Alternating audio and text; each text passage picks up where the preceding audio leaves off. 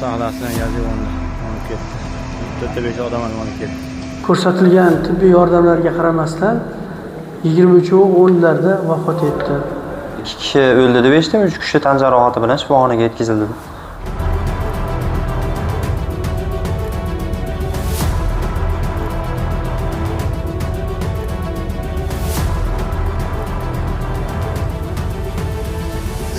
Fuqarolar tomonidan o'zboshimchalik bilan neft mahsulotlari saqlab kelingan bo'lgan. 2 ta mashina ham yonibdi.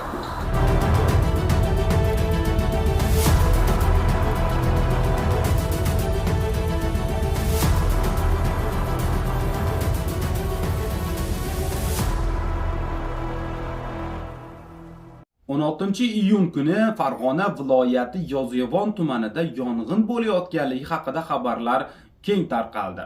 Mushtum vaziyatga oydinlik kiritish maqsadida Yozyovon tumanida bo'ldi.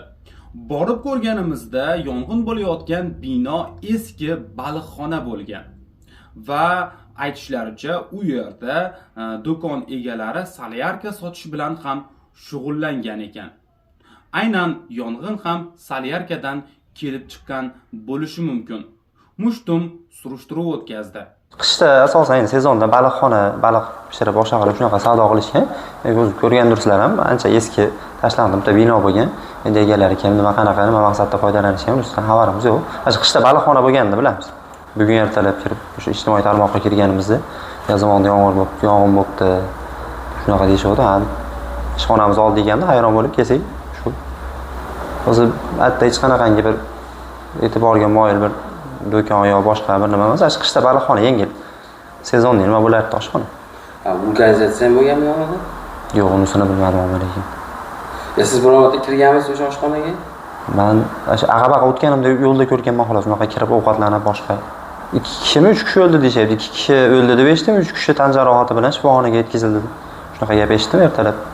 Mashina ham yonibdi, 2 ta 3 ta mashina yonibdi. Buni men ham shu nimadan eshitganim yo'q, internetda ko'rdim ertalab. Shunaqa xabar bo'lgan ekan. 2 ta 3 ta mashina ham yonibdi. Men velosipedimni mana shunday qilib olib, o'tgan mashinalarni mana shunday qilib to'xtatdim. Endi keyin odamlar ko'payib ketdi, shu bilan hamma yo'q, ya'ni telefon, boshqa bir nima yo'q. Bu yordamni men endi yordam qilganim qo'limdan kelgan shu mashinalarni to'xtatdim xolos. Yoshga agar mundalarda bo'lganimda bu narsa mayaqacha chiqdi-da, bu issiqlik nima bo'lsa ham mayaqacha chiqqan. Men yo'lda yuzga qarab o'tib ketdim. Shifokorlardan izoh olish maqsadida Yozyovon tumani tibbiyot birlashmasiga bordik. 22:30larda birinchi navbatda 2012-yilda tug'ilgan Oribjonov Ayatullo keldi. O olovdan kuyish natijasida 100% kuyishi natijasida og'ir ahvolda keltirildi. Ko'rsatilgan tibbiy yordamlarga qaramasdan 23:10larda vafot etdi. Himmatov Abdulahad 75-yilda tug'ilgan. Bo'yin, qo'l, oldi, ko'krak, oyoqlarida kuyishlar bilan keldi.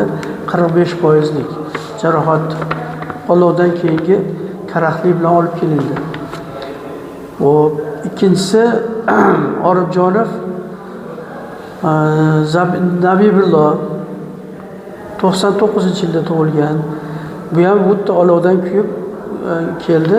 Umumiy ahvoli og'ir, ikkalalarini hozirda kerakli muolajalarni olishyapti.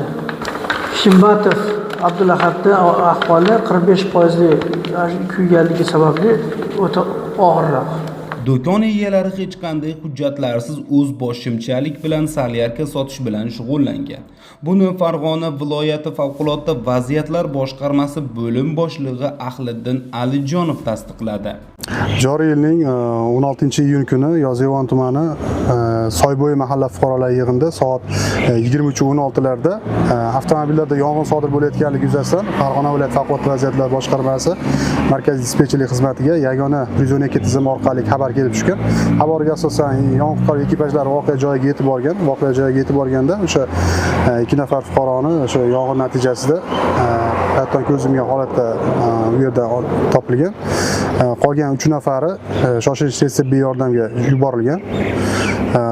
Hozirda yong'inning kelib chiqish sabablari hamda yetkazilgan zarar miqdori aniqlanmoqda. Yong'inning kelib chiqish sabablari mutaxassislarning birlamchi ma'lumotiga ko'ra, o'sha neft mahsulotlarini quyish to'kish jarayonida yong'in xavfsizlik qoidalari, texnika xavfsizlik qoidalariga rioya etilmasligi natijasida to'plangan statik zaryadlarda o'sha alangalanish oqibatida yong'in yuzaga kelganligi birlamchi ma'lumot asosida keltirilmoqda. Bu yerda o'sha noturar obyektda fuqarolar tomonidan o'zboshimchalik bilan neft mahsulotlari saqlab kelingan bo'lgan. Hozirda Farg'ona viloyati Ichki ishlar boshqarmasi tomonidan tergovga qadar surishtiruv ishlari amalga oshirilmoqda. Mushtum uchun maxsus jurnalning muxbiri Ozodbek Sharobiddinov tayyorladi.